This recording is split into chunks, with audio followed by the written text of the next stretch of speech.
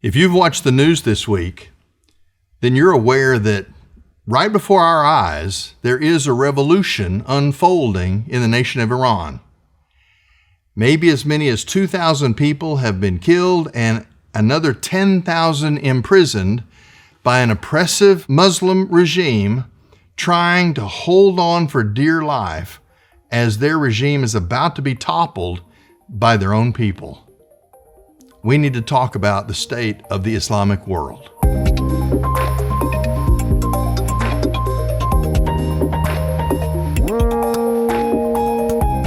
As the government begins to try and hold on for dear life, we have to ask, how did this start? Well, on December the 28th, merchants and shopkeepers in Tehran's Grand Bazaar shuttered their shops. They closed their stores in protest to an absolute crippling inflation that is gripping that nation. The inflation is rising. Family standards of living are plummeting, and unbearable poverty is becoming the norm in the nation of Iran. There are protests that have swept through 70 different provinces, from the capital city all the way into the most rural sections of the country. But this is not just another wave of discontent. This may actually be the moment when the Iranian people finally topple a regime that, at least for half a century, has kept them under oppression and dictated every last detail of their lives. Protesters, we've found out, have come from every walk of life. They're not just merchants and shopkeepers, but they're also university students. They're Gen Z youth leading bold actions against the government. Workers and ordinary citizens are risking everything to demand freedom, and what they want is a complete end to the Islamic Republic that has held Iran captive for a generation. What's fascinating is the domino effect that we're beginning to see worldwide, because we just saw what the United States military, what capability they had in Venezuela. And with the arrest of Nicolas Maduro from Venezuela and the changes happening there, it has put other dictatorial regimes on notice. And for the first time, the hardliners in Iran are saying things like, well, the people may have some legitimate complaints and we need to hear them out. And, they're backtracking to try and present themselves as less hardline than they have been without apology for 50 years.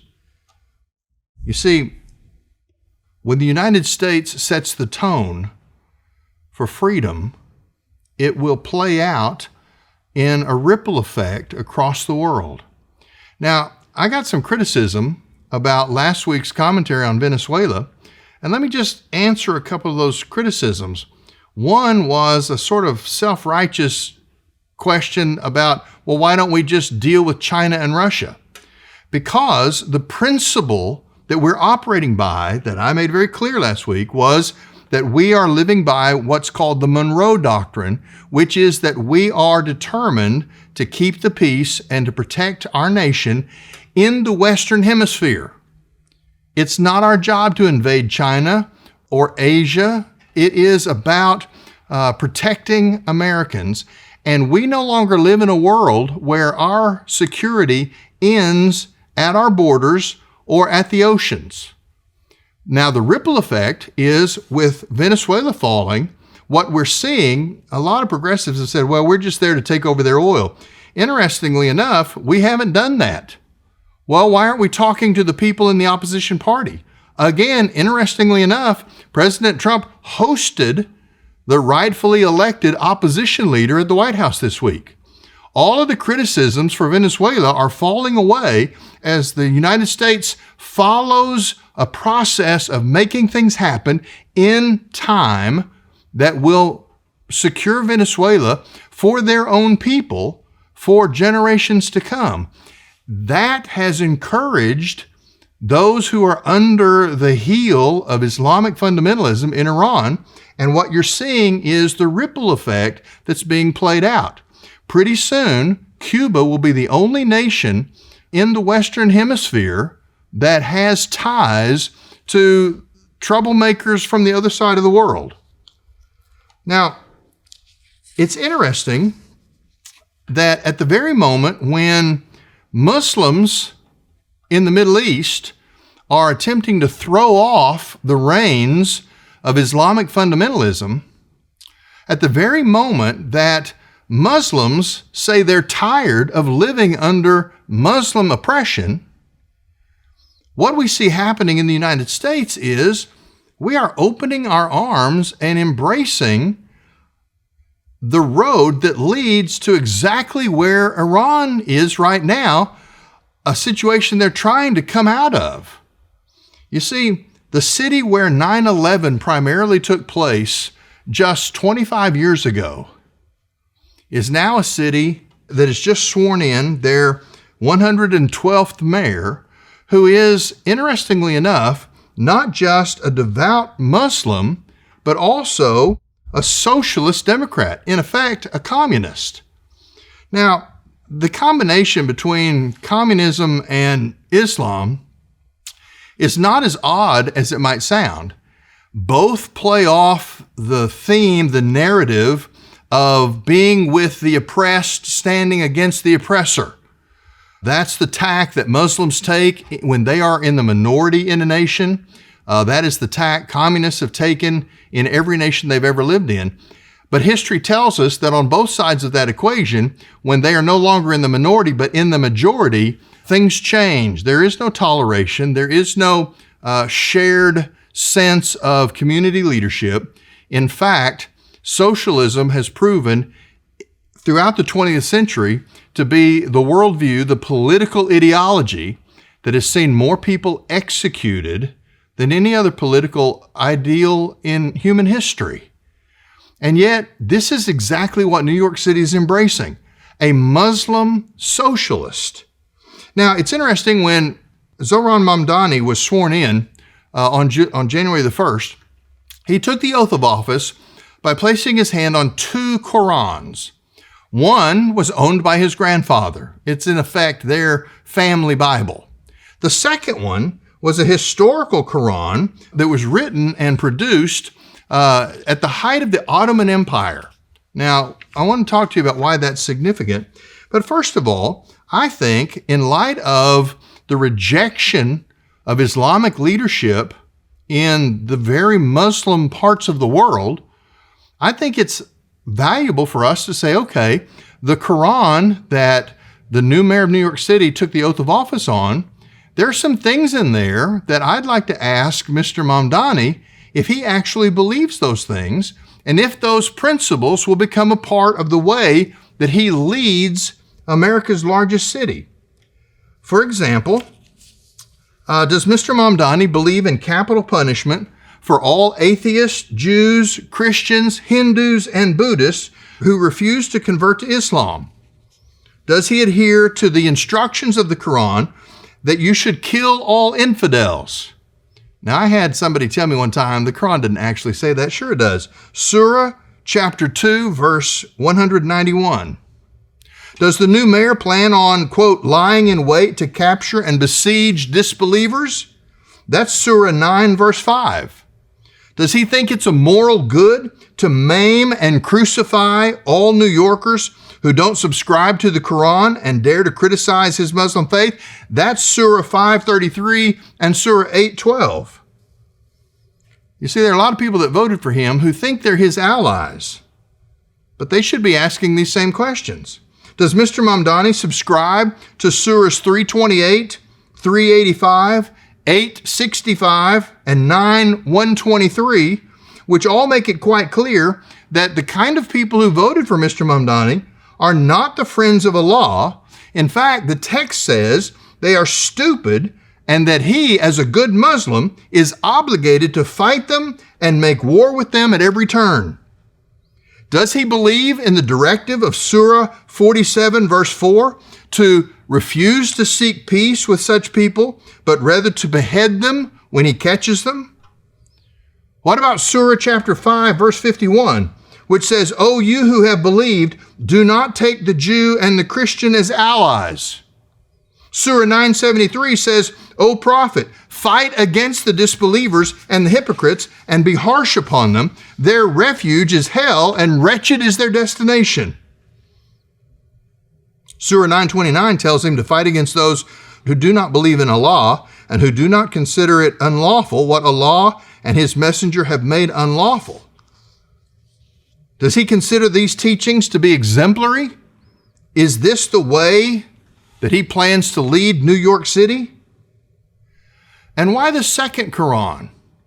The one published at the height of the Ottoman Empire, a time when rape, slavery, misogyny, genocide, wife-beating, honor killings, child marriage, and forced religious conversions were institutionalized under Sharia law across the Middle East, North Africa, and Europe.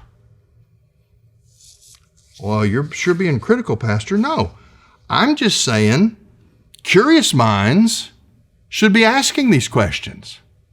It's interesting that as Muslims are throwing off strict Muslim political oppression,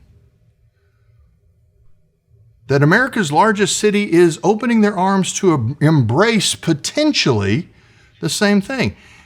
But it's not just New York City. Just this week in Broken Arrow, Oklahoma, the city council voted 4-1 to deny the construction of a new Islamic mosque within the city of Broken Arrow. It's fascinating to me that the loudest criticisms and complaints about that decision have come from naive Americans who are screaming that we are compromising our core beliefs about religious liberty.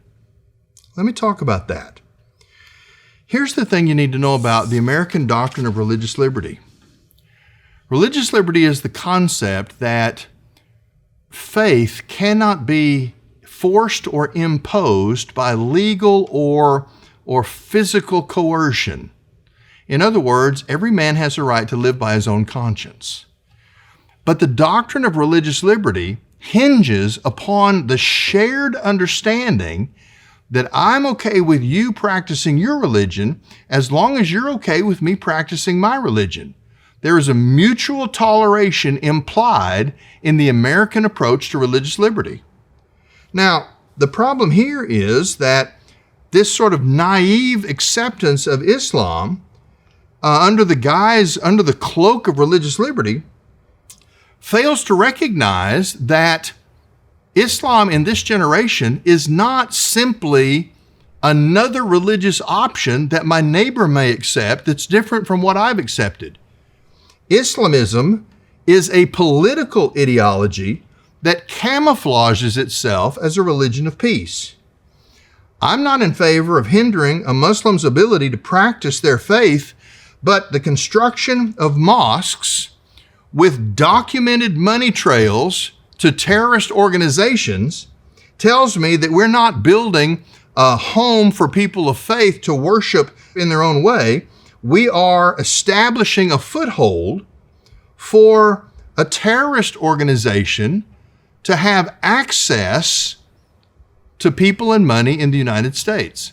You see, we have documented evidence in this instance of the fact that the land for this project was purchased by a collection of local Muslims, but the title for the property was then transferred at no cost to an international Muslim organization who now owns the land and who has identifiable, traceable connections all the way back to the Muslim Brotherhood. Would you still be screaming about religious liberty if the Broken Arrow City Council turned down the appeal of the Chinese Communist Party to come build a communist meeting place within the city limits? Because essentially, that's what we're talking about. Here's the deal for Americans. New York City may, right before our eyes, become the next Dearborn, Michigan. But here in the Bible Belt, will Broken Arrow, Oklahoma follow suit?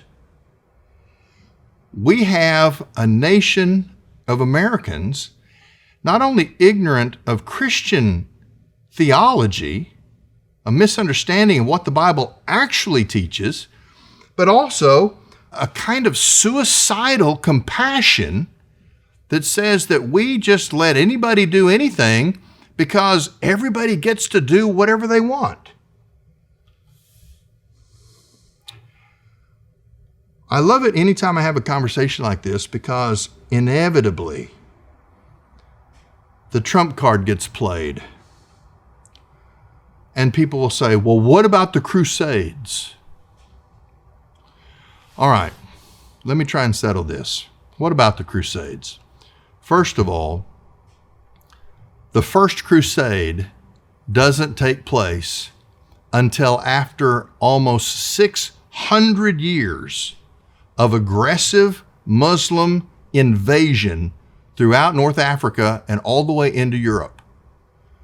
There's a case to be made that while the Crusades were filled with unthinkable horrors, the motivation behind the Crusades was actually to fend off an invading army. But here's the other part of this. I'm supposed to believe that Muslims have been wronged and that we somehow owe them a foothold in our country because of Christian oppression. You have to go back 1,000 years to find Christians mistreating Muslims. You can't show me a nation right now in the world where Christians are in the majority and they are physically persecuting and executing Muslims. I can show you Buddhist countries that are persecuting both Muslims and Christians. I can show you Hindu countries that are persecuting both Muslims and Christians. But you can't show me a Christian nation persecuting Muslims unless you go back 1,000 years. But guess what? I can go to Nigeria and show you a nation where Muslims are still executing Christians and burning churches, and that happened last week. I don't hate Muslims, but I have a clear conscience about standing against Islam having a political foothold in my backyard. What does the Bible say about all this? The Bible says that people who come into your nation are meant to be accepted so long as they choose to assimilate and to be a part of this nation. That's not what happened in Dearborn, Michigan. That's not what's happened in New Jersey. We'll see what happens in New York City. The Bible is very clear that we have to be careful about inviting those in who have a stated public goal to enslave us and to kill us. Do I think every Muslim buys into that? No. But do I think that their money is going to groups that are made up of people like that? The evidence is clear. It is not a compromise of religious liberty to deny the establishment of a political assembly building within our borders. So let's live like Jesus. Let's love people, but let's not have a kind of suicidal compassion that lets ideologies take root here, the same ideologies that Muslims themselves are trying to throw off right now in the nation of Iran. We can love people and hate false religion at the same time. This is Truth Currents.